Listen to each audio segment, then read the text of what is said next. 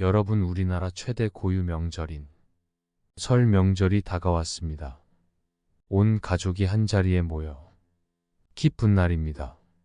하지만 이렇게 좋은 날에 불필요한 말과 행동으로 서로의 기분을 상하게 하고 심한 경우 척을 지게 되기도 하지요. 언제부턴가 명절 스트레스라는 말이 당당히 공식 용어로 쓰이고 있습니다. 일가 친척들을 오랜만에 만나는 반가운 날인 명절에 스트레스라는 말이 붙은 이유가 뭘까요?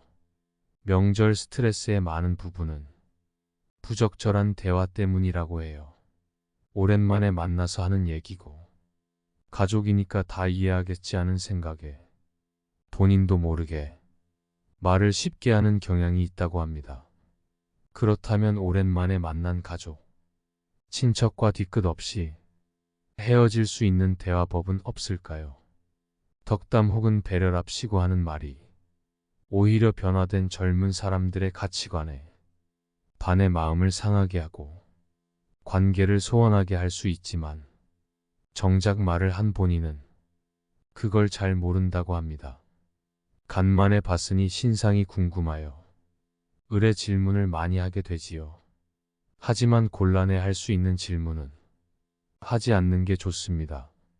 특히 예민할 수 있는 사항이면 더욱 그러하지요. 가족들 간에도 주의해야 하는 대화 주제로 정치, 성적, 체중, 외모, 결혼, 취업, 임신 등이 대표적으로 꼽혔는데 공통점은 상대가 불편하게 여긴다는 것입니다.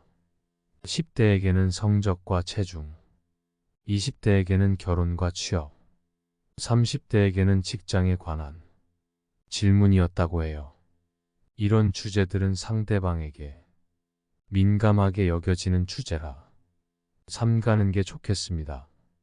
상대가 민감하게 생각하는 문제를 아무런 거리낌 없이 얘기하거나 공감하지 못하는 대화에서 스트레스는 시작됩니다. 오늘은 명절에 절대로 하면 안 되는 말 8가지를 말씀드릴게요.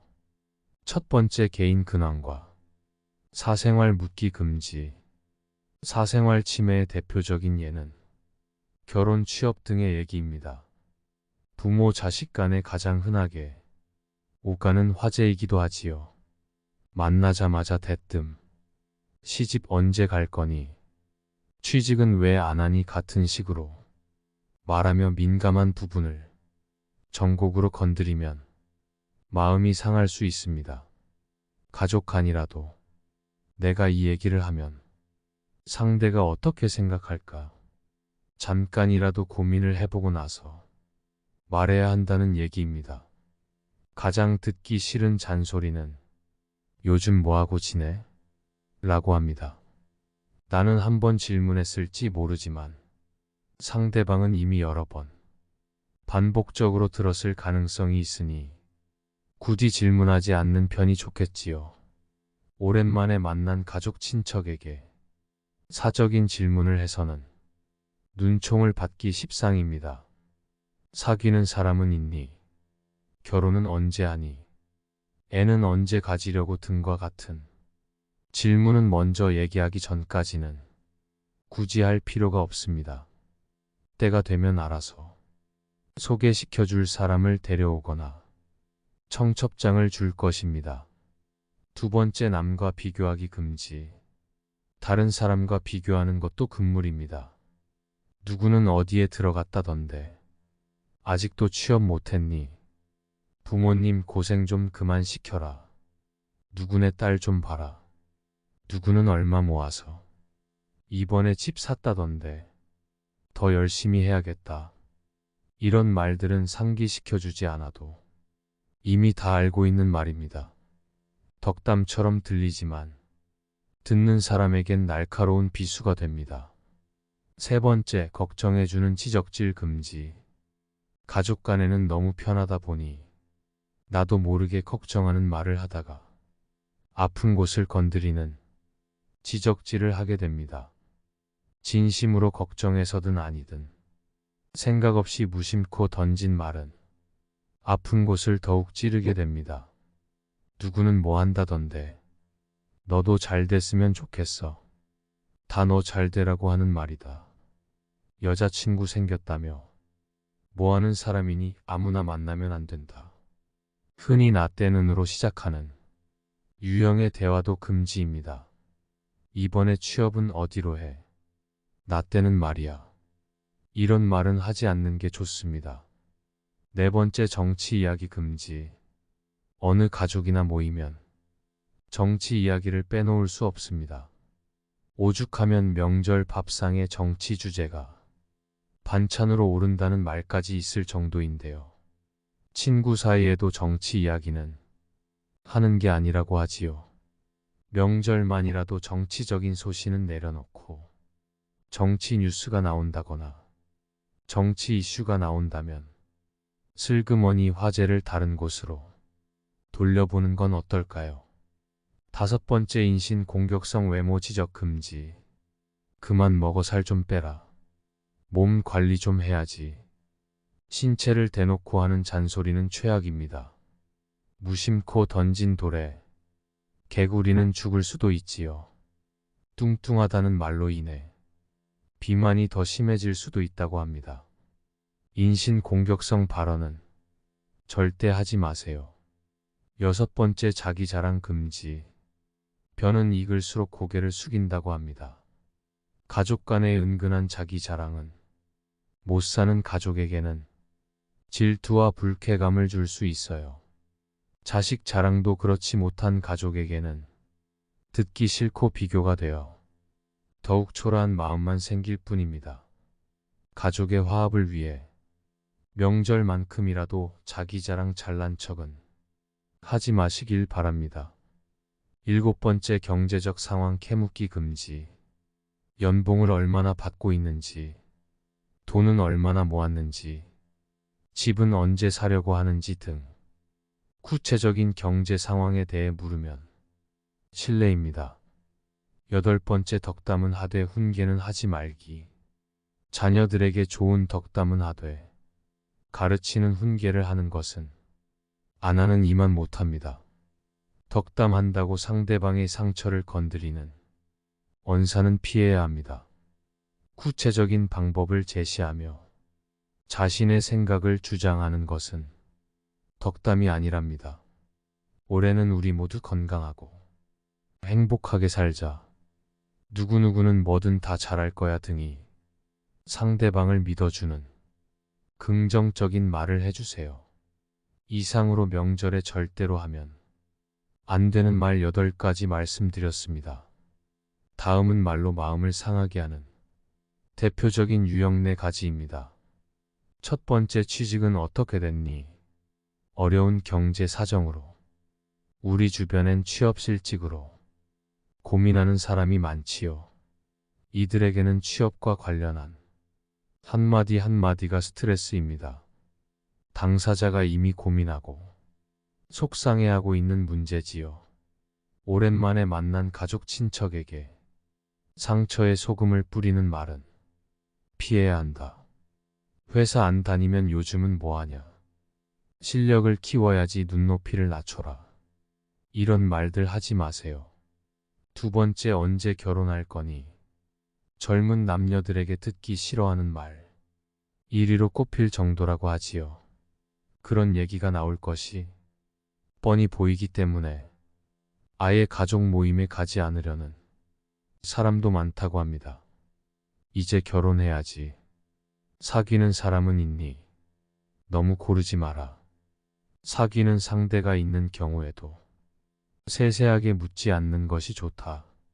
뭐하는 사람이니? 학교는 어디 나왔대? 같은 질문은 듣는 이에게 부담입니다. 세 번째, 어느 대학을 지망하는 가족 중에 수험생이나 학생이 있다면 이런 말은 하지 않는 게 좋습니다. 학업 스트레스를 가중하고 때문이다. 모의고사는 몇 점 나왔니? 게임은 그만하고 공부 좀 해라. 어중간한 대학 가려면 기술이나 배워라. 올해엔 합격할 수 있겠지. 네 번째, 누구네는 뭘 했다는데. 남과 비교하는 말은 상처를 주기 쉽습니다. 어쩌다 만나는 가족 친척 사이에서는 특히 삼가야 합니다. 누구의 아들은 부장 승진했다. 누구는 벌써 아들 낳았다는데. 다른 자식들은 어떻다는데. 누구네 딸 좀 봐라. 누구네는 명문대 진학했는데. 벌써 자기 집을 장만했다더라.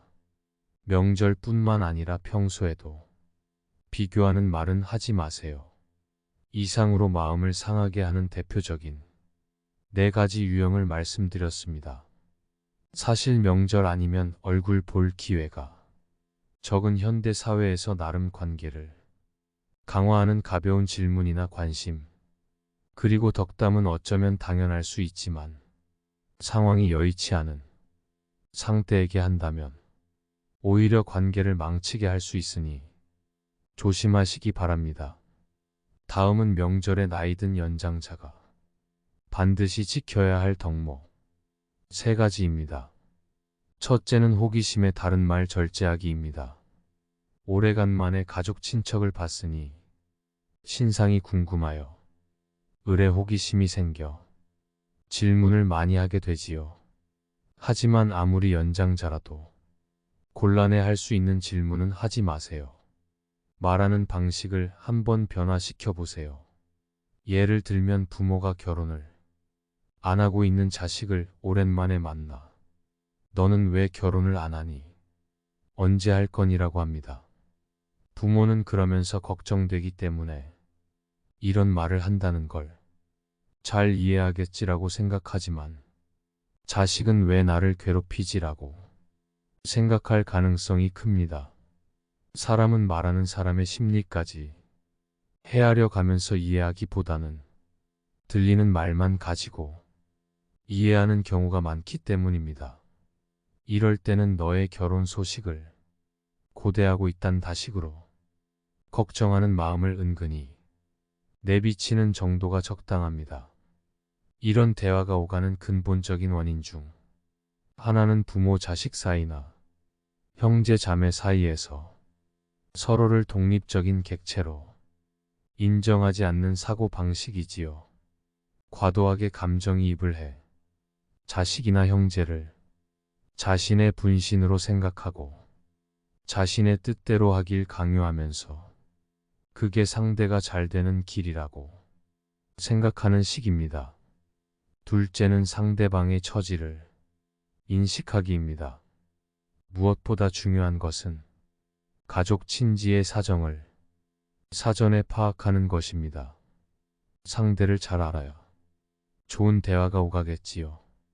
예를 들면 사촌이 사업이 잘 안 돼서 집을 팔았는데 그 사실 모르고 사촌 앞에서 이번에 내가 넓은 집으로 이사를 했다는 등 이런 시기에 사업을 하면 된다는 등의 이야기를 하면 아무리 친한 사이라도 마음이 상하기 십상입니다.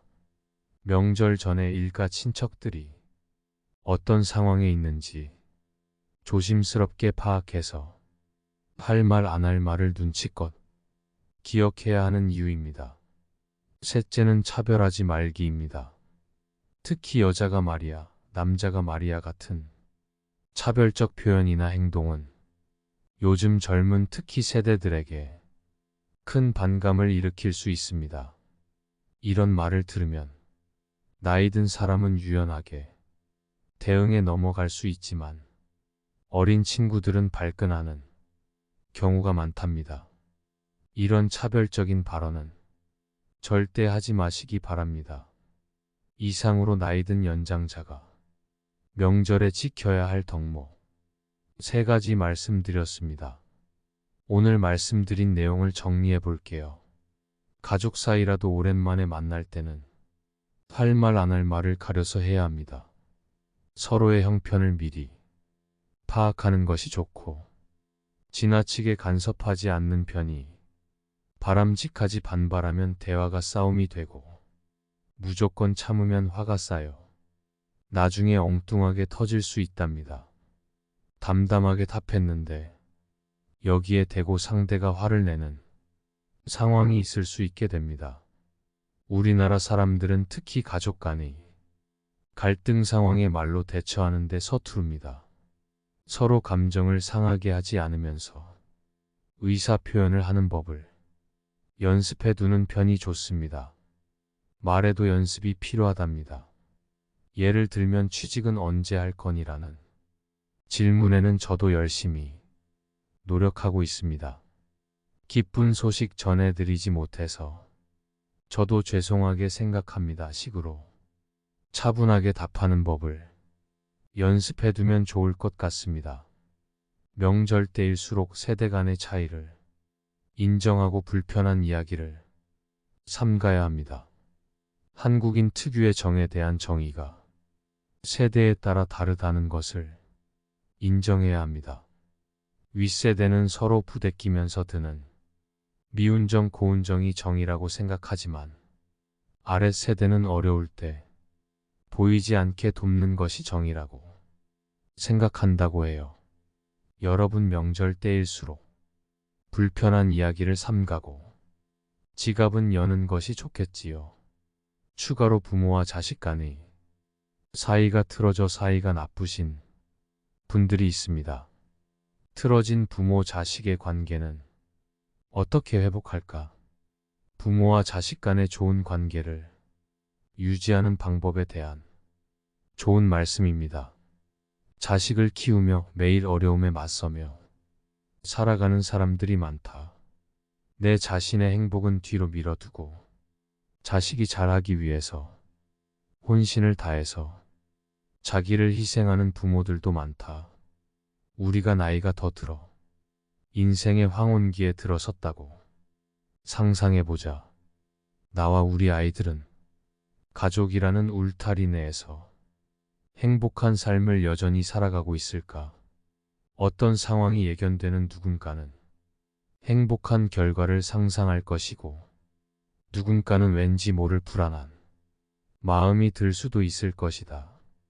과연 우리는 자녀를 키우는데 어떤 선택을 해야 할까? 나와 우리 자녀의 미래를 예측하기는 어렵다. 그래서 더더욱 해답을 찾기는 쉽지 않아 보인다. 그럼 올바른 조언을 선택하는 현명한 방법을 고민해보자. 우리가 인생이라는 긴 여정 속에 잘못된 선택의 함정에 빠지지 않기 위해서는 넓은 도로와 작은 길, 막다른 길 또는 앞이 보이지 않는 굽은 길을 걸어본 사람들의 조언이 필요하다. 옛말의 노인들의 임무는 지혜로운 사람이 되는 것이라고 하였다.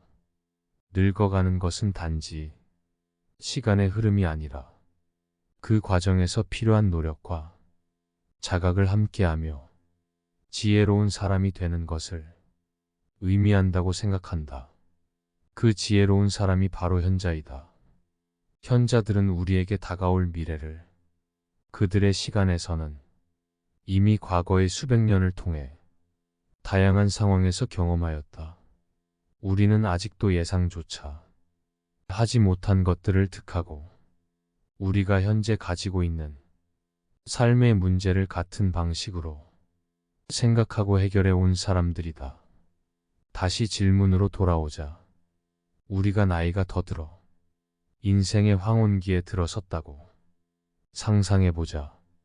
나와 우리 아이들은 가족이라는 울타리 내에서 행복한 삶을 여전히 살아가고 있을까?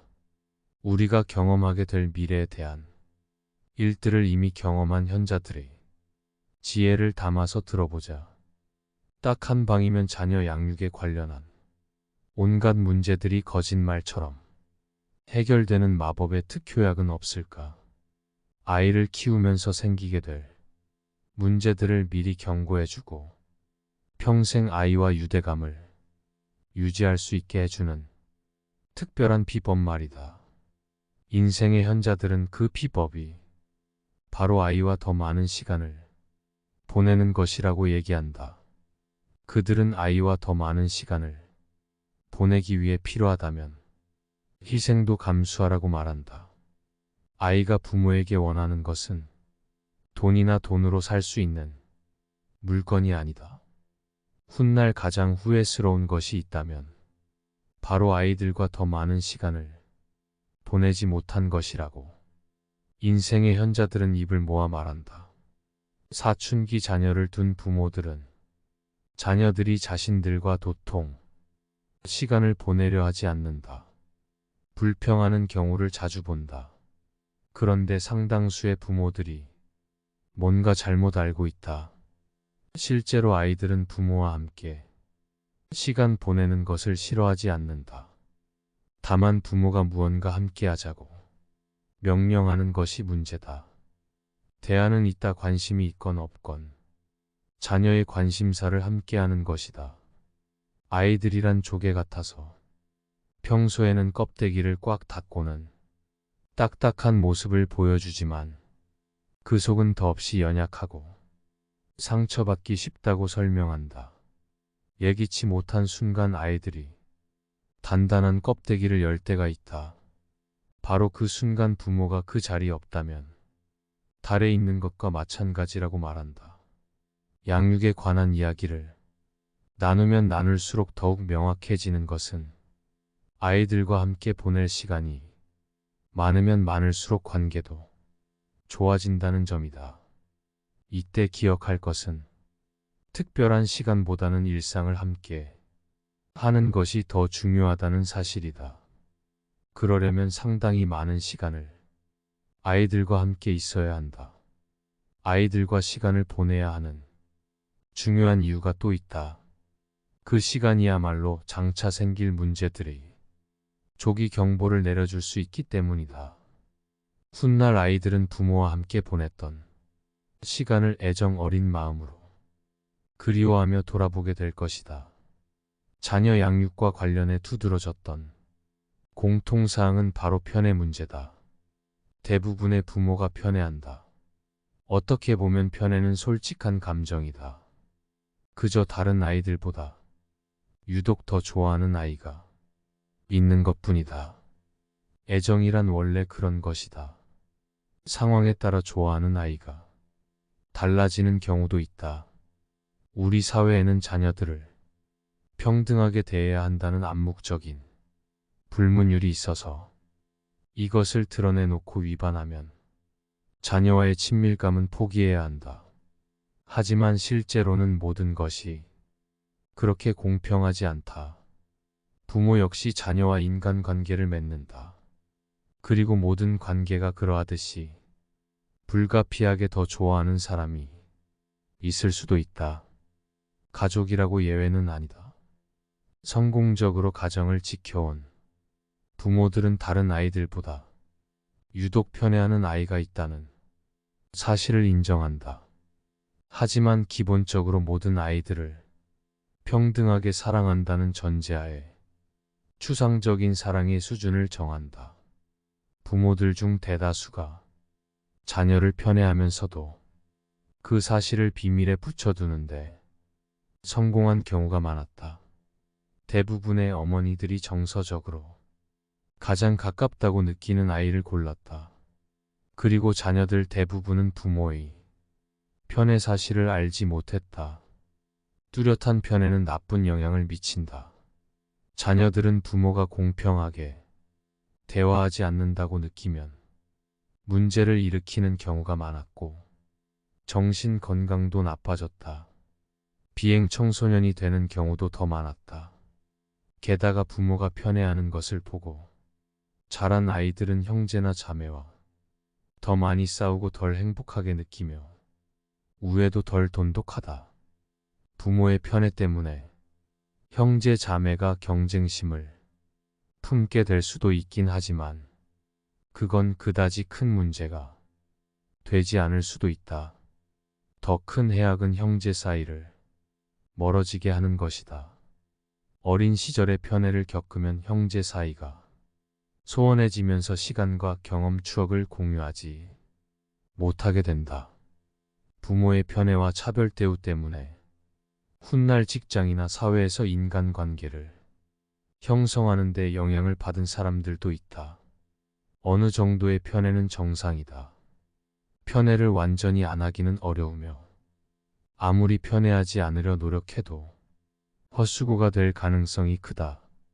성격이나 여가 시간에 즐기는 일 가치관 등이 자신과 가장 많이 닮은 아이에게 마음이 더 가기 마련이다. 그러니 편의 문제로 고민하지 말라고. 인생의 현자들은 말한다. 10손가락 중 깨물면 유독 아픈 손가락이 있는 법이다. 그런데 명심해야 할 지침이 있다.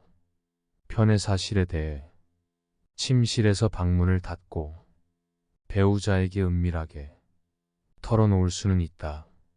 하지만 절대 아이들이 알게 해서는 안 된다. 나이 든 사람들이 부모와 관련해 지니고 있는 가장 폭력적인 경험은 덜 사랑받는 아이였다는 기억이다. 자녀와 연을 끊고 사는 이들을 데려다보니 뚜렷하게 드러나는 교훈이 있었다. 무슨 수를 써서라도 관계의 균열은 피하라는 것이다. 균열이라는 말은 사회적으로 정의하자면 이별을 야기하는 관계의 단절을 의미한다.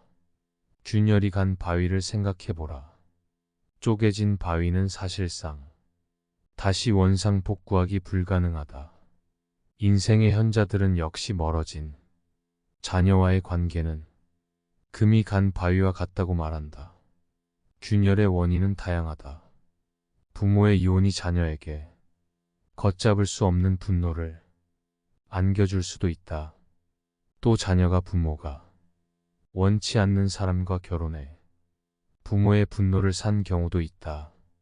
결국 부모와 자녀 사이의 균열은 배신, 모욕, 분노, 차별 등 돌이킬 수 없는 어떤 원인으로 말미암아 부모나 자녀들 중 한쪽이 혹은 둘 다 내린 결정이다. 어떤 가족이든 균열이 일어날 수 있다. 균열의 조짐을 초기에 파악하고 진정시켜야 한다. 한번 균열이 생기면 그 균열은 저절로 번지며 회복이 더욱 어려워진다. 실제로 그런 일이 생기고 나면 관계를 개선하는 방법에 관한 어떤 조언도 크게 도움이 되지 않는다. 그러므로 균열의 조짐이 보이는 초기에 즉각 행동을 취해야 한다. 고등학생부터 중년에 이른 자녀를 둔 부모들은 혹시라도 자녀와 갈등이 생길 때는 진지하게 자문해 보아야 한다. 이 싸움이 과연 그럴 만한 가치가 있는가? 인생의 현자들은 대부분의 경우는 그럴 가치가 없다고 잘라 말한다. 인생의 현자들은 양쪽이 입장 차이가 있을 경우 아무 노력을 하지 않고 그대로 내버려 두면 관계는 급속도로 굳어진다고 말한다. 폭탄이 터지는 것을 미리 막지 못했다면 이후에라도 가능한 빠른 시간 안에 상황을 개선해야 한다. 부모와 자녀 사이를 위협할 일은 삶의 초반에 올 수도 있고 후반에 올 수도 있다. 물론 자녀의 행동이 말할 수 없이 상처를 주거나 폭력적이어서 인연을 끊고 사는 것이 부모의 정신적, 육체적 건강에 도움이 되는 경우도 있다. 하지만 인생의 현자들은 관계에 금이 가게 된 사건들이 당시에는 중요해 보이지만 인연을 끊고 사는 고통을 감수할 만큼 가치 있는 일이 아닌 경우가 많다고 말한다. 정녕 부모가 양보하더라도 그럴 만한 가치가 있다. 부모와 자녀는 대개 가정이라는 울타리 안에서 20년에서 30년을 함께 보낸다. 그 시기에는 자녀가 독립하면 모든 것이 끝날 것이라 생각하기 마련이지만 자녀들이 독립한 이후의 삶도 반드시 염두에 두어야 한다. 훗날 어른이 된 자녀와 앞으로 남은 긴 날들을 변함없이 사랑하며 잘 지내려면 아이가 어린 지금 이 시간을 어떻게 보내야 할까? 자녀와 최상의 관계를 형성하고 유지하고 싶다면, 그래서 자녀들로부터 행복한 노년을 보상받고 싶다면 자녀를 양육하는 바로 지금, 설령 희생을 하더라도 더 많은 시간을 함께 보내고 가혹한 체벌은 피하고 균열이 생기기 전에 불화를 조정해야 한다. 옛말에 미래의 이익을 가져다 줄 일은 반드시 지금 해야 한다는 말이 있다. 자녀에게 어떤 행동을 할 때 어린 자녀건 성인이 된 자녀건 장기적인 관점에서 생각해야 한다. 훗날 자녀에게 바라는 것은 아이들이 나를 좋아했으면 나와 가까이 있었으면 하는 아주 소박한 것들이다. 인생의 현자들은 완벽한 아이를 둔 부모는 없다고 말한다. 완벽한 아이로 키우겠다는 생각은 버려라. 완벽한 부모가 되겠다는 생각도 버려라. 가능한 쉽게 키워라. 만족스러운 양육이라는 말은 자녀에게 실패를 허용한다는 뜻이다.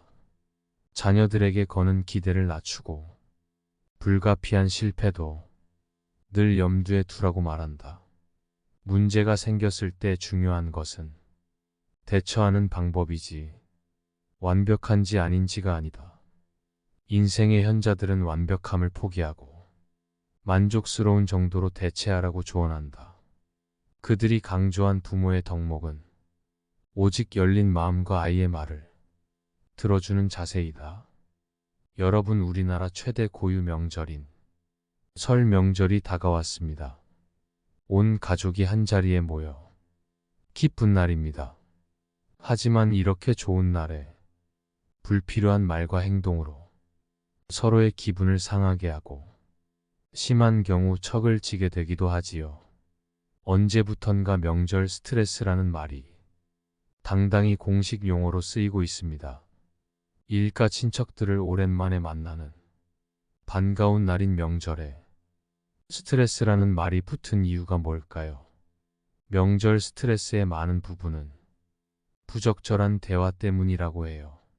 오랜만에 만나서 하는 얘기고 가족이니까 다 이해하겠지 하는 생각에 본인도 모르게 말을 쉽게 하는 경향이 있다고 합니다. 그렇다면 오랜만에 만난 가족, 친척과 뒤끝 없이 헤어질 수 있는 대화법은 없을까요? 덕담 혹은 배려랍시고 하는 말이 오히려 변화된 젊은 사람들의 가치관에 반의 마음을 상하게 하고 관계를 소원하게 할 수 있지만 정작 말을 한 본인은 그걸 잘 모른다고 합니다. 간만에 봤으니 신상이 궁금하여 의뢰 질문을 많이 하게 되지요. 하지만 곤란해 할 수 있는 질문은 하지 않는 게 좋습니다. 특히 예민할 수 있는 사항이면 더욱 그러하지요. 가족들 간에도 주의해야 하는 대화 주제로 정치, 성적, 체중, 외모, 결혼, 취업, 임신 등이 대표적으로 꼽혔는데 공통점은 상대가 불편하게 여긴다는 것입니다. 10대에게는 성적과 체중, 20대에게는 결혼과 취업, 30대에게는 직장에 관한 질문이었다고 해요. 이런 주제들은 상대방에게 민감하게 여겨지는 주제라 삼가는 게 좋겠습니다. 상대가 민감하게 생각하는 문제를 아무런 거리낌 없이 얘기하거나 공감하지 못하는 대화에서 스트레스는 시작됩니다. 오늘은 명절에 절대로 하면 안 되는 말 8가지를 말씀드릴게요. 첫 번째, 개인 근황과 사생활 묻기 금지. 사생활 침해의 대표적인 예는 결혼, 취업 등의 얘기입니다. 부모, 자식 간에 가장 흔하게 오가는 화제이기도 하지요. 만나자마자 대뜸 시집 언제 갈 거니? 취직은 왜 안 하니? 같은 식으로 말하며 민감한 부분을 정곡으로 건드리면 마음이 상할 수 있습니다. 가족 간이라도 내가 이 얘기를 하면 상대가 어떻게 생각할까? 잠깐이라도 고민을 해보고 나서 말해야 한다는 얘기입니다. 가장 듣기 싫은 잔소리는 요즘 뭐하고 지내? 라고 합니다. 나는 한 번 질문했을지 모르지만 상대방은 이미 여러 번 반복적으로 들었을 가능성이 있으니 굳이 질문하지 않는 편이 좋겠지요. 오랜만에 만난 가족, 친척에게 사적인 질문을 해서는 눈총을 받기 십상입니다. 사귀는 사람은 있니? 결혼은 언제 하니? 애는 언제 가지려고 등과 같은 질문은 먼저 얘기하기 전까지는 굳이 할 필요가 없습니다. 때가 되면 알아서 소개시켜줄 사람을 데려오거나 청첩장을 줄 것입니다. 두 번째, 남과 비교하기 금지. 다른 사람과 비교하는 것도 금물입니다. 누구는 어디에 들어갔다던데 아직도 취업 못했니? 부모님 고생 좀 그만 시켜라. 누구네 딸 좀 봐라. 누구는 얼마 모아서 이번에 집 샀다던데 더 열심히 해야겠다. 이런 말들은 상기시켜주지 않아도 이미 다 알고 있는 말입니다. 덕담처럼 들리지만 듣는 사람에겐 날카로운 비수가 됩니다. 세 번째, 걱정해주는 지적질 금지. 가족 간에는 너무 편하다 보니 나도 모르게 걱정하는 말을 하다가 아픈 곳을 건드리는 지적질을 하게 됩니다. 진심으로 걱정해서든 아니든 생각 없이 무심코 던진 말은 아픈 곳을 더욱 찌르게 됩니다. 누구는 뭐 한다던데 너도 잘 됐으면 좋겠어. 다 너 잘 되라고 하는 말이다. 여자친구 생겼다며 뭐 하는 사람이니 아무나 만나면 안 된다. 흔히 나 때는으로 시작하는 유형의 대화도 금지입니다. 이번에 취업은 어디로 해? 나 때는 말이야. 이런 말은 하지 않는 게 좋습니다. 네 번째, 정치 이야기 금지. 어느 가족이나 모이면 정치 이야기를 빼놓을 수 없습니다. 오죽하면 명절 밥상에 정치 주제가 반찬으로 오른다는 말까지 있을 정도인데요. 친구 사이에도 정치 이야기는 하는 게 아니라고 하지요. 명절만이라도 정치적인 소신은 내려놓고 정치 뉴스가 나온다거나 정치 이슈가 나온다면 슬그머니 화제를 다른 곳으로 돌려보는 건 어떨까요? 다섯 번째, 인신 공격성 외모 지적 금지. 그만 먹어 살 좀 빼라. 몸 관리 좀 해야지. 신체를 대놓고 하는 잔소리는 최악입니다. 무심코 던진 돌에 개구리는 죽을 수도 있지요. 뚱뚱하다는 말로 인해 비만이 더 심해질 수도 있다고 합니다. 인신 공격성 발언은 절대 하지 마세요. 여섯 번째, 자기 자랑 금지. 벼는 익을수록 고개를 숙인다고 합니다. 가족 간의 은근한 자기 자랑은 못 사는 가족에게는 질투와 불쾌감을 줄 수 있어요. 자식 자랑도 그렇지 못한 가족에게는 듣기 싫고 비교가 되어 더욱 초라한 마음만 생길 뿐입니다. 가족의 화합을 위해 명절만큼이라도 자기 자랑 잘난 척은 하지 마시길 바랍니다. 일곱 번째, 경제적 상황 캐묻기 금지. 연봉을 얼마나 받고 있는지, 돈은 얼마나 모았는지, 집은 언제 사려고 하는지 등 구체적인 경제 상황에 대해 물으면 실례입니다. 여덟 번째, 덕담은 하되 훈계는 하지 말기. 자녀들에게 좋은 덕담은 하되 가르치는 훈계를 하는 것은 안 하는 이만 못합니다. 덕담한다고 상대방의 상처를 건드리는 언사는 피해야 합니다. 구체적인 방법을 제시하며 자신의 생각을 주장하는 것은 덕담이 아니랍니다. 올해는 우리 모두 건강하고 행복하게 살자. 누구누구는 뭐든 다 잘할 거야 등이 상대방을 믿어주는 긍정적인 말을 해주세요. 이상으로 명절에 절대로 하면 안 되는 말 8가지 말씀드렸습니다. 다음은 말로 마음을 상하게 하는 대표적인 유형 4가지입니다. 첫 번째, 취직은 어떻게 됐니? 어려운 경제 사정으로 우리 주변엔 취업실직으로 고민하는 사람이 많지요. 이들에게는 취업과 관련한 한마디 한마디가 스트레스입니다. 당사자가 이미 고민하고 속상해하고 있는 문제지요. 오랜만에 만난 가족 친척에게 상처에 소금을 뿌리는 말은 피해야 한다. 회사 안 다니면 요즘은 뭐하냐. 실력을 키워야지 눈높이를 낮춰라. 이런 말들 하지 마세요. 두 번째, 언제 결혼할 거니? 젊은 남녀들에게 듣기 싫어하는 말. 1위로 꼽힐 정도라고 하지요. 그런 얘기가 나올 것이 뻔히 보이기 때문에 아예 가족 모임에 가지 않으려는 사람도 많다고 합니다. 이제 결혼해야지. 사귀는 사람은 있니? 너무 고르지 마라. 사귀는 상대가 있는 경우에도 세세하게 묻지 않는 것이 좋다. 뭐하는 사람이니? 학교는 어디 나왔대? 같은 질문은 듣는 이에게 부담입니다. 세 번째, 어느 대학을 지망하는 가족 중에 수험생이나 학생이 있다면 이런 말은 하지 않는 게 좋습니다. 학업 스트레스를 가중하고 때문이다. 모의고사는 몇 점 나왔니? 게임은 그만하고 공부 좀 해라. 어중간한 대학 가려면 기술이나 배워라. 올해엔 합격할 수 있겠지. 네 번째, 누구네는 뭘 했다는데. 남과 비교하는 말은 상처를 주기 쉽습니다. 어쩌다 만나는 가족 친척 사이에서는 특히 삼가야 합니다.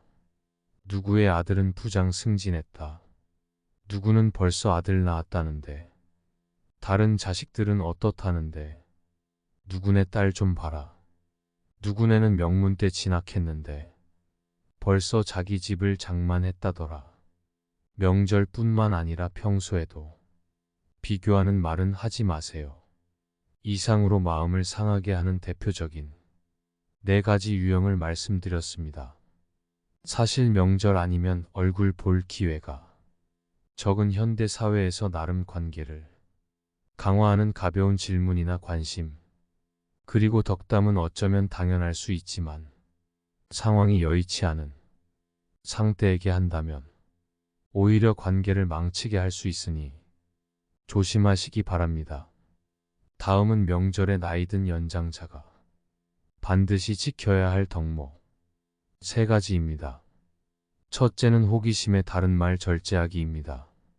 오래간만에 가족 친척을 봤으니 신상이 궁금하여 을의 호기심이 생겨 질문을 많이 하게 되지요. 하지만 아무리 연장자라도 곤란해할 수 있는 질문은 하지 마세요. 말하는 방식을 한번 변화시켜 보세요. 예를 들면 부모가 결혼을 안 하고 있는 자식을 오랜만에 만나 너는 왜 결혼을 안 하니? 언제 할 거니라고 합니다.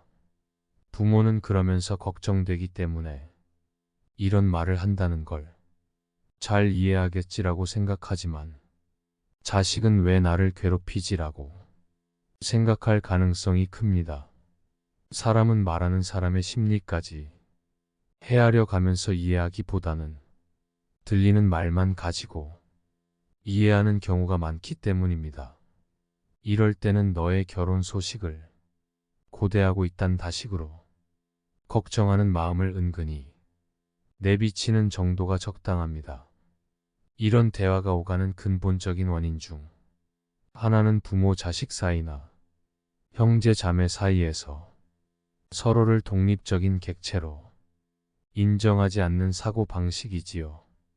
과도하게 감정이입을 해 자식이나 형제를 자신의 분신으로 생각하고 자신의 뜻대로 하길 강요하면서 그게 상대가 잘 되는 길이라고 생각하는 식입니다.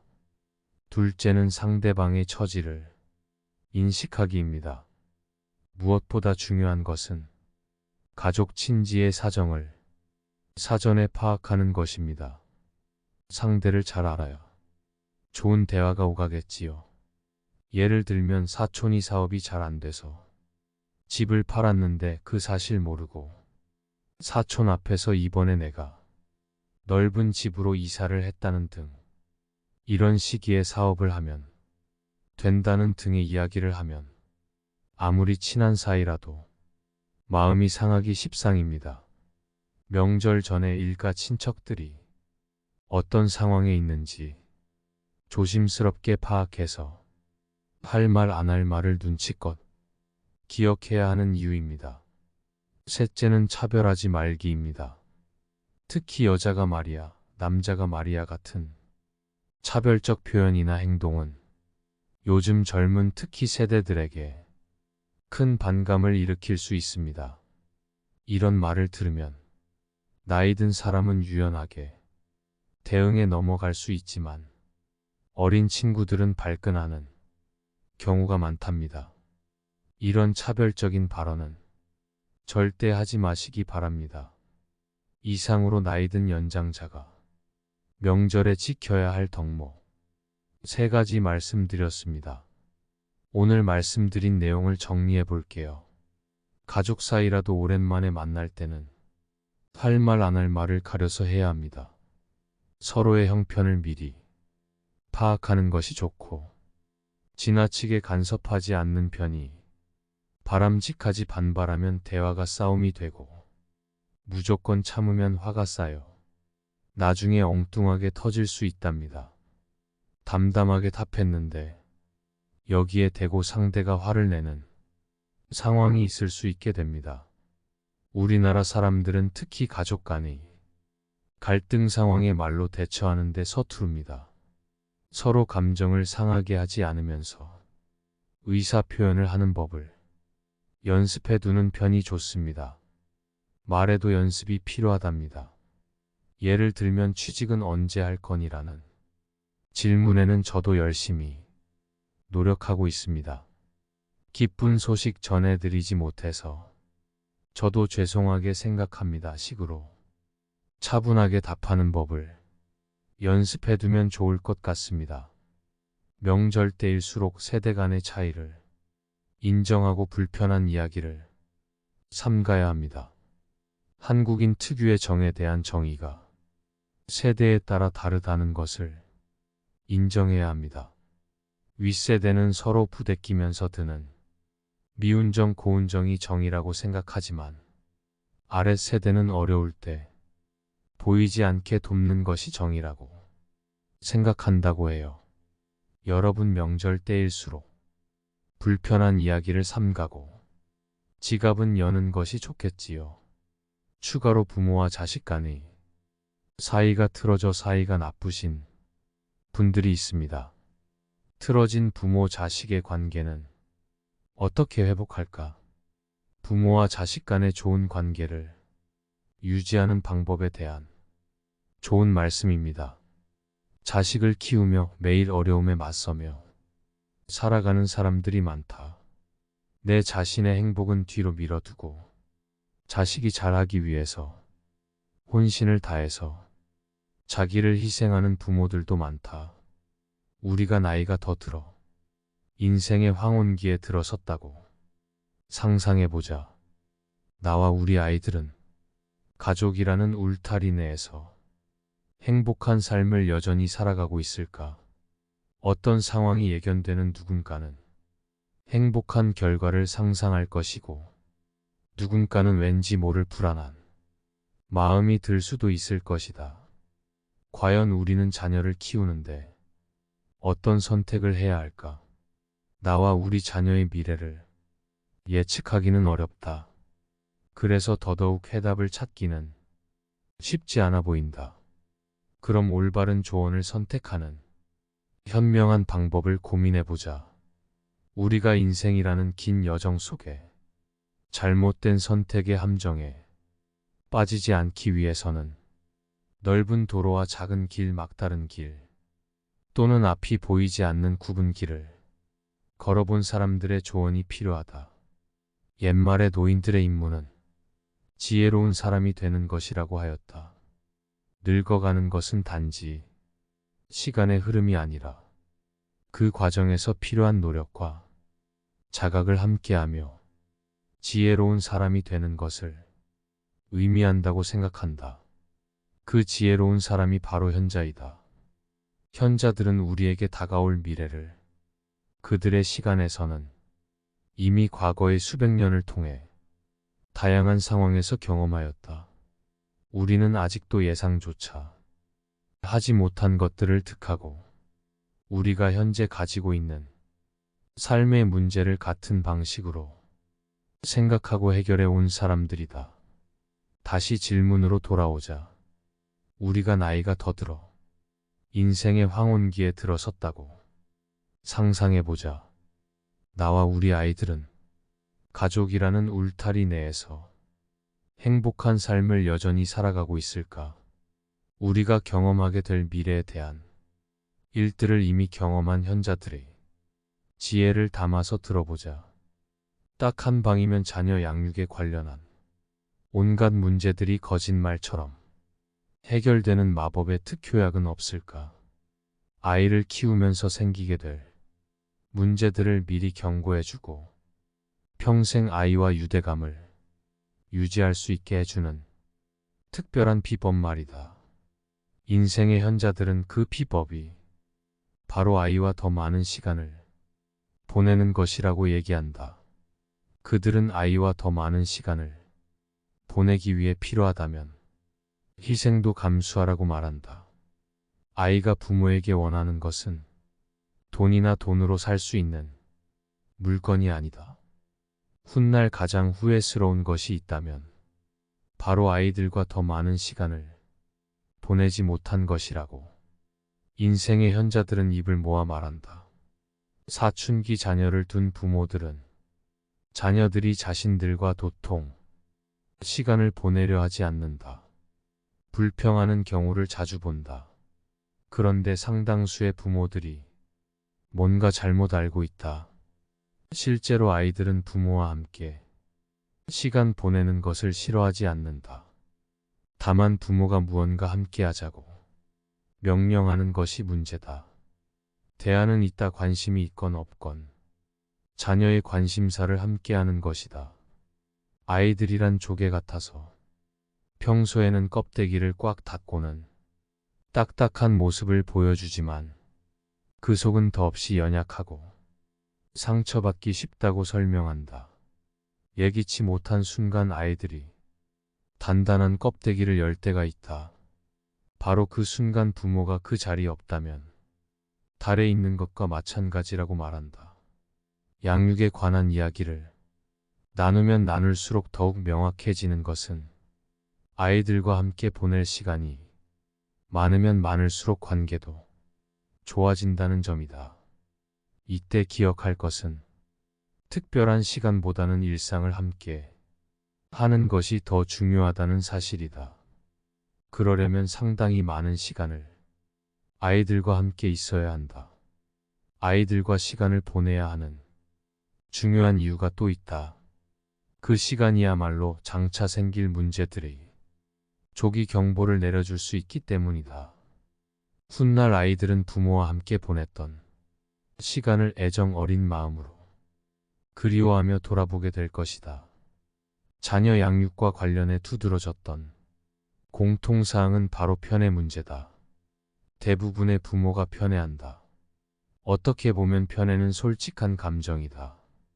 그저 다른 아이들보다 유독 더 좋아하는 아이가 있는 것뿐이다.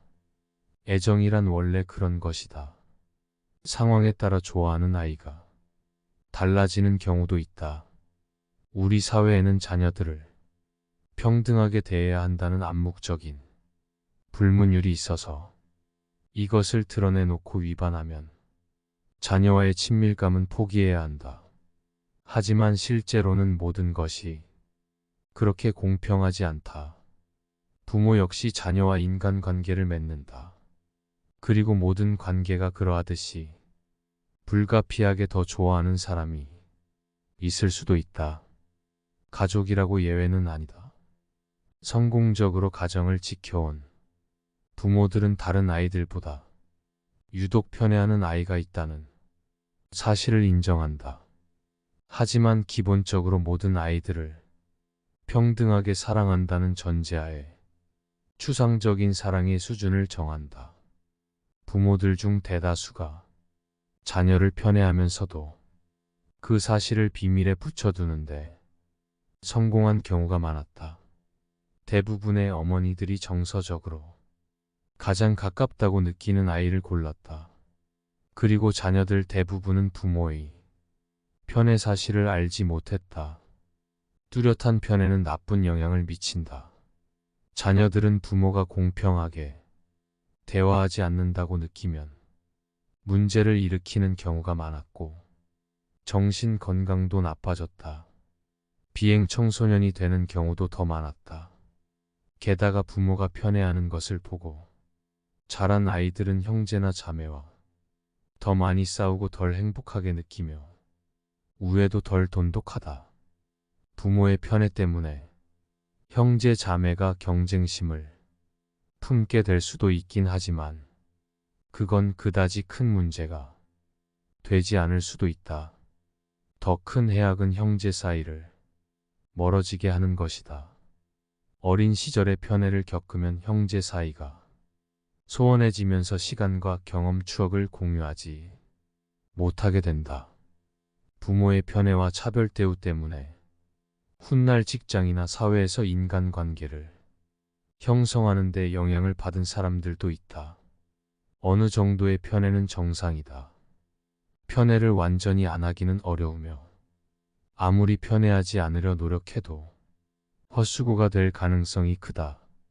성격이나 여가 시간에 즐기는 일, 가치관 등이 자신과 가장 많이 닮은 아이에게 마음이 더 가기 마련이다. 그러니 편애 문제로 고민하지 말라고 인생의 현자들은 말한다. 10손가락 중 깨물면 유독 아픈 손가락이 있는 법이다.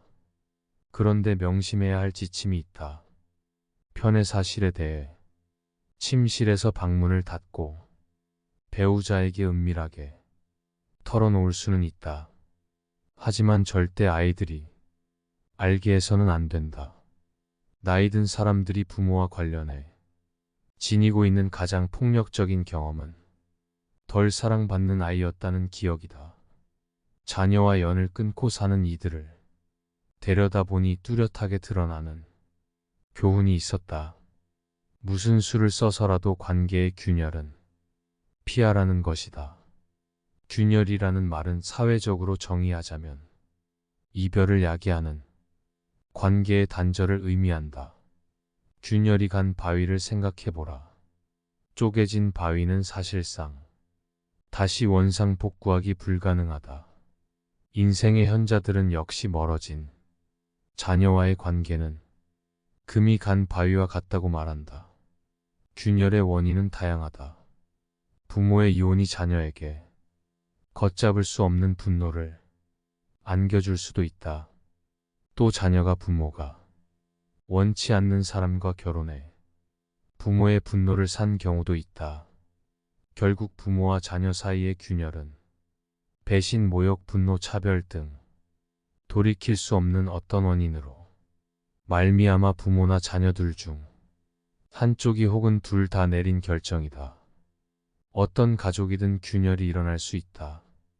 균열의 조짐을 초기에 파악하고 진정시켜야 한다. 한번 균열이 생기면 그 균열은 저절로 번지며 회복이 더욱 어려워진다. 실제로 그런 일이 생기고 나면 관계를 개선하는 방법에 관한 어떤 조언도 크게 도움이 되지 않는다. 그러므로 균열의 조짐이 보이는 초기에 즉각 행동을 취해야 한다. 고등학생부터 중년에 이른 자녀를 둔 부모들은 혹시라도 자녀와 갈등이 생길 때는 진지하게 자문해 보아야 한다. 이 싸움이 과연 그럴 만한 가치가 있는가? 인생의 현자들은 대부분의 경우는 그럴 가치가 없다고 잘라 말한다. 인생의 현자들은 양쪽이 입장 차이가 있을 경우 아무 노력을 하지 않고 그대로 내버려 두면 관계는 급속도로 굳어진다고 말한다.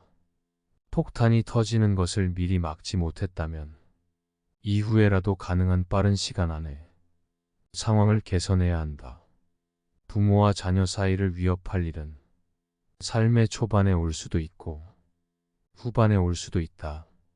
물론 자녀의 행동이 말할 수 없이 상처를 주거나 폭력적이어서 인연을 끊고 사는 것이 부모의 정신적, 육체적 건강에 도움이 되는 경우도 있다. 하지만 인생의 현자들은 관계에 금이 가게 된 사건들이 당시에는 중요해 보이지만 인연을 끊고 사는 고통을 감수할 만큼 가치 있는 일이 아닌 경우가 많다고 말한다. 정녕 부모가 양보하더라도 그럴 만한 가치가 있다. 부모와 자녀는 대개 가정이라는 울타리 안에서 20년에서 30년을 함께 보낸다. 그 시기에는 자녀가 독립하면 모든 것이 끝날 것이라 생각하기 마련이지만 자녀들이 독립한 이후의 삶도 반드시 염두에 두어야 한다. 훗날 어른이 된 자녀와 앞으로 남은 긴 날들을 변함없이 사랑하며 잘 지내려면 아이가 어린 지금 이 시간을 어떻게 보내야 할까? 자녀와 최상의 관계를 형성하고 유지하고 싶다면, 그래서 자녀들로부터 행복한 노년을 보상받고 싶다면, 자녀를 양육하는 바로 지금, 설령 희생을 하더라도 더 많은 시간을 함께 보내고 가혹한 체벌은 피하고 균열이 생기기 전에 불화를 조정해야 한다. 옛말에 미래의 이익을 가져다 줄 일은 반드시 지금 해야 한다는 말이 있다. 자녀에게 어떤 행동을 할 때, 어린 자녀건 성인이 된 자녀건, 장기적인 관점에서 생각해야 한다. 훗날 자녀에게 바라는 것은 아이들이 나를 좋아했으면, 나와 가까이 있었으면 하는 아주 소박한 것들이다. 인생의 현자들은 완벽한 아이를 둔 부모는 없다고 말한다. 완벽한 아이로 키우겠다는 생각은 버려라. 완벽한 부모가 되겠다는 생각도 버려라. 가능한 쉽게 키워라. 만족스러운 양육이라는 말은 자녀에게 실패를 허용한다는 뜻이다. 자녀들에게 거는 기대를 낮추고 불가피한 실패도 늘 염두에 두라고 말한다. 문제가 생겼을 때 중요한 것은 대처하는 방법이지 완벽한지 아닌지가 아니다. 인생의 현자들은 완벽함을 포기하고 만족스러운 정도로 대체하라고 조언한다. 그들이 강조한 부모의 덕목은 오직 열린 마음과 아이의 말을 들어주는 자세이다.